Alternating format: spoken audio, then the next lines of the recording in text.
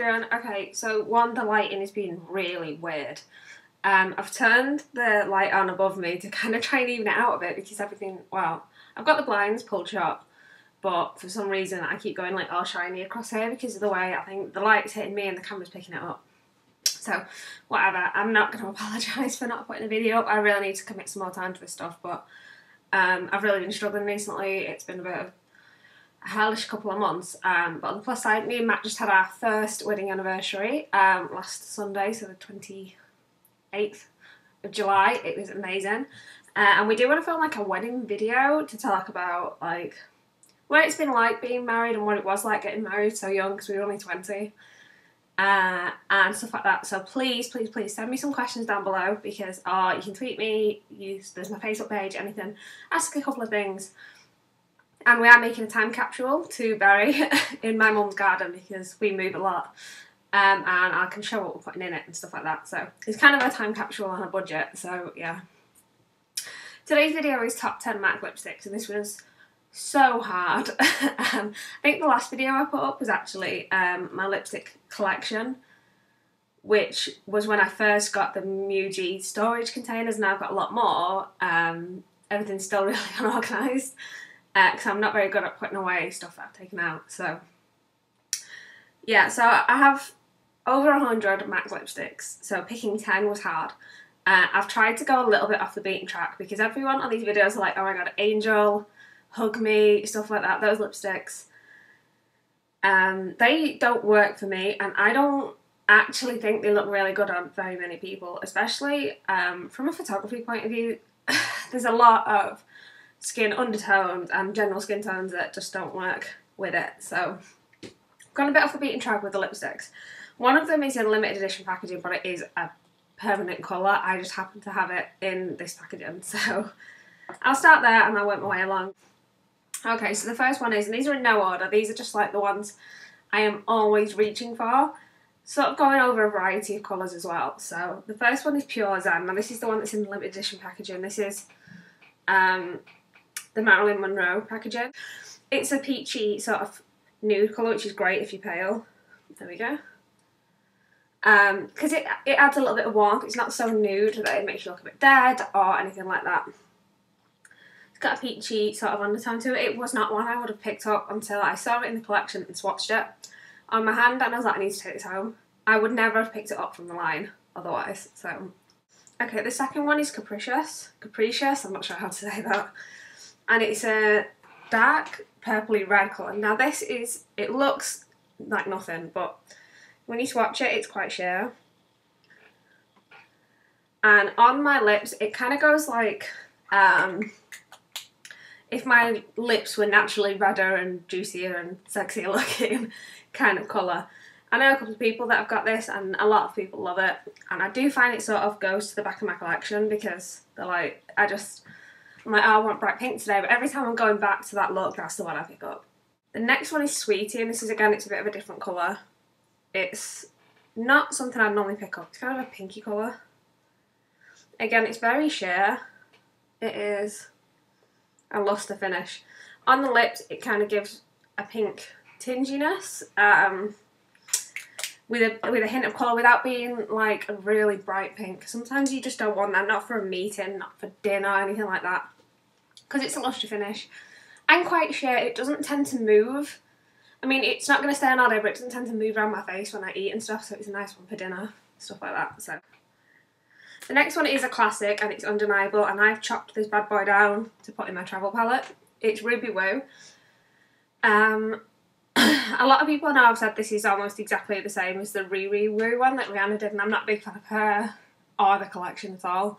So the fact that it's nearly the same is no end to me. If you didn't get that and you're disappointed, just pick up RubyWoo. It's a matte. Let's put you here.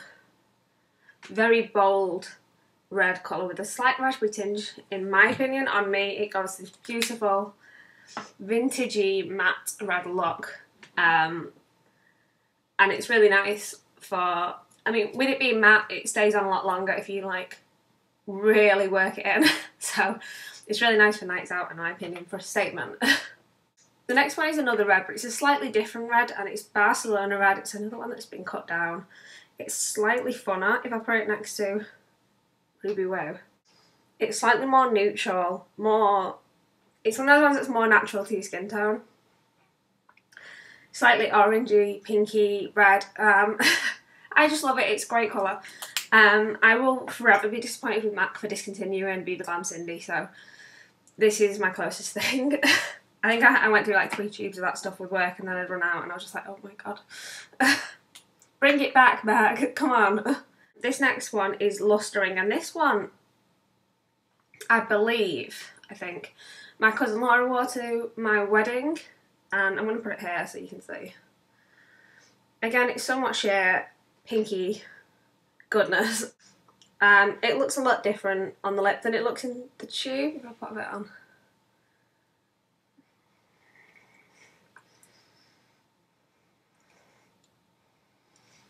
It's so beautiful on. It gives sort of a natural colour. It's not offensive to the eyes. It's not like, oh my god, that's so bright, but it's got this fun sort of colour. I love it for teens and work with younger models. Such a healthy looking colour. Okay, the next one is Brave. This is my staple, my lips but better look, because sometimes I find BB Glam 5 can be a little bit too shimmery. You know, a little bit too shiny, not great. So this is Brave. It's my lips but better. It's also been chopped down for my travel palette. I keep a little, I've got it here. This is one of them. The little one that I keep with me when I'm travelling to, say, a hotel or anything, because then I've got everything I need. It looks much better on my lips than a lot of the other my lips but better shades. Obviously you can go out and find yours. It's sort of a dusty rosy colour. It's this or Rude Boys that I enjoy the most for, I like the most for the my lips but better. This one's Honeylove. This is another one of the few nudes that actually work on pale skins. It's kind of got this sort of peachy neutral tone to it. It's more matte than Pure Zen and slightly darker, if you can see.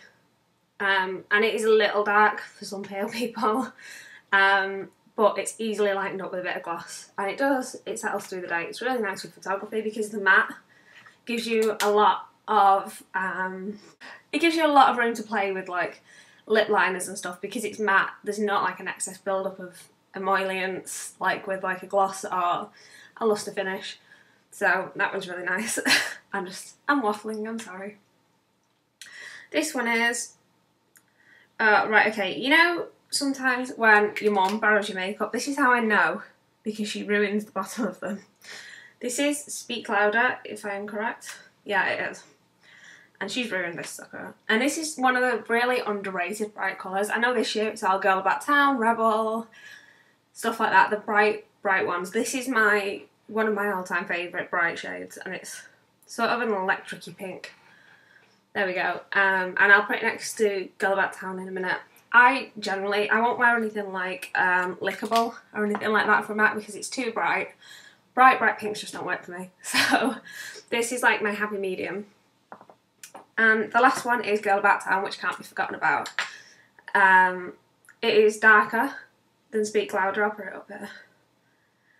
Slightly more purple toned, but very intense. So I can't wear like any other makeup with this. I can just do foundation, a little blusher and a little eyeliner.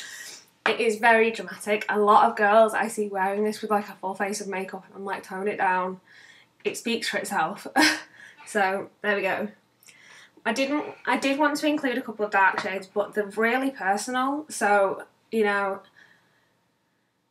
the really dark goth vampy shades are really personal to your particular skin tone, so I don't really want to advise people on those unless I know. So yeah. So that's my top 10 MAC lipsticks. If you want to see a top 10 anything else, or just my top 10 lipsticks in general, please let me know. I'm going to go and edit this and try and get it up today. So, okay, thanks guys, bye.